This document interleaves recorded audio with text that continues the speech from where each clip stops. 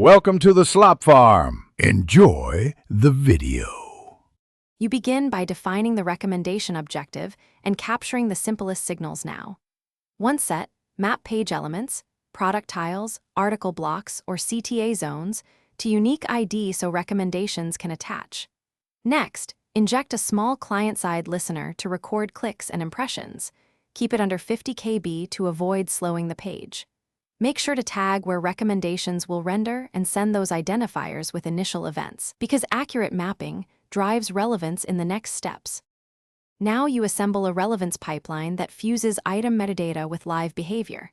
Start by batching short-term session signals, clicks and dwell time, and merging them with item tags and category context. Once done, compute simple features like recency-weighted clicks and content similarity scores. These are fast to evaluate at request time. Then apply a hybrid ranking. First filter by business rules, then score with a lightweight model or heuristics, so recommendations return within the page's performance. To complete deployment, roll out recommendations behind experiments and monitor key KPIs like CTR and conversion lift.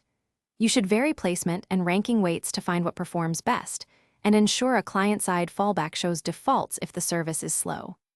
Make sure to log a small sample of raw events for debugging and to detect model drift. If relevance or latency degrades, revert to the fallback, inspect recent feature distributions, and retrain or adjust weights as needed.